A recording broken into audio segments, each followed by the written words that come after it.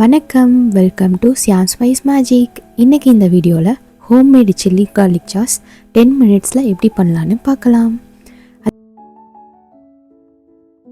தேவையான பொருட்கள் 3 பூண்டு, 2 பீஸ் இஞ்சி, ½ லெமன், ½ தக்காளி, 1 ஸ்பூன் உப்பு, 1 ஸ்பூன் மிளகாய் பொடி, 1 ஸ்பூன் சுகர்.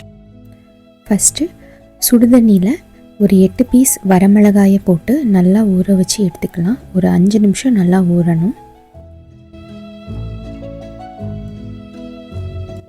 இப்போது மிக்ஸி ஜாரில் ஊற வச்சு எடுத்த மிளகாய் வத்தல், ½ தக்காளி, 3 பல் பூண்டு, 2 பீஸ் இஞ்சி, 1 ஸ்பூன் உப்பு, 1 ஸ்பூன் மிளகாய் பொடி, 2 ஸ்பூன் சர்க்கரை, கடைசியாக ½ லெமன் ஆர் வினிகர் சேர்த்து நல்லா அரைச்சி எடுத்துக்கலாம்.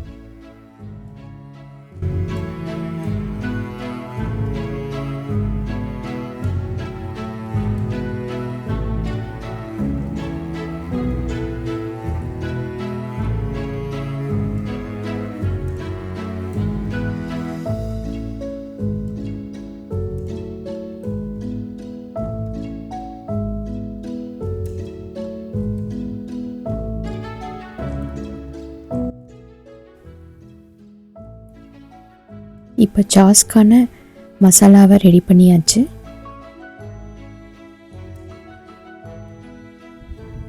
ஒரு பாத்திரத்தில் எண்ணெய் ஊற்றி சூடானதும் பொடியாக நறுக்கின பூண்டு, விழுது ரெண்டையும் சேர்த்து நல்லா 5 நிமிஷம் கொதிக்க வச்சு எடுத்தோன்னா homemade garlic chilli sauce ready ஆயிடுச்சு.